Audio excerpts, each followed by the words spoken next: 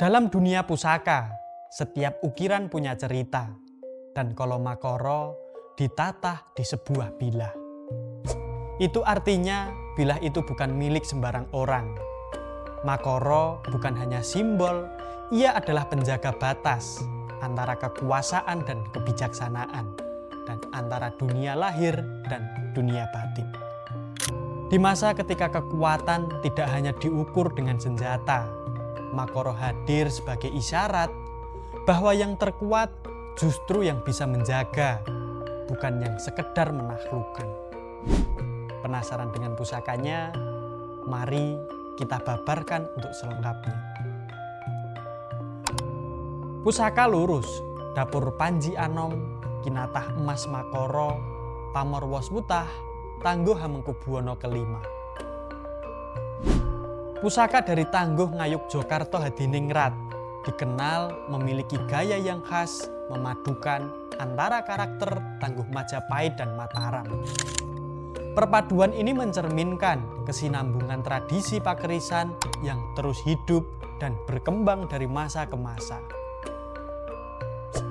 Pada masa pemerintahan Sri Sultan Hamengkubuwono kelima yang memerintah dari tahun 1823 hingga 1855 Masehi. Kesultanan Yogyakarta berada dalam fase transisi politik dan budaya yang cukup kompleks.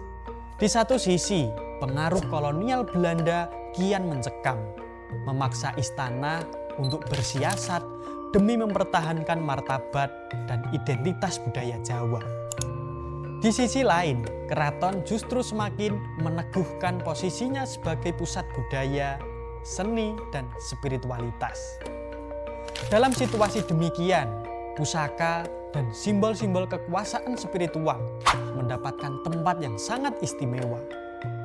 Keris bukan sekedar dianggap sebagai senjata atau perlengkap busana kebesaran, tetapi juga sebagai perwujudan kedaulatan batin, spiritualitas raja, dan lambang kewibawaan negara. Pusaka seperti Panji Anom ini dengan Kinatah Emas Makoro yang dimuliakan dengan emas mencerminkan cita rasa artistik istana sekaligus menyimpan narasi kebesaran yang lebih dalam.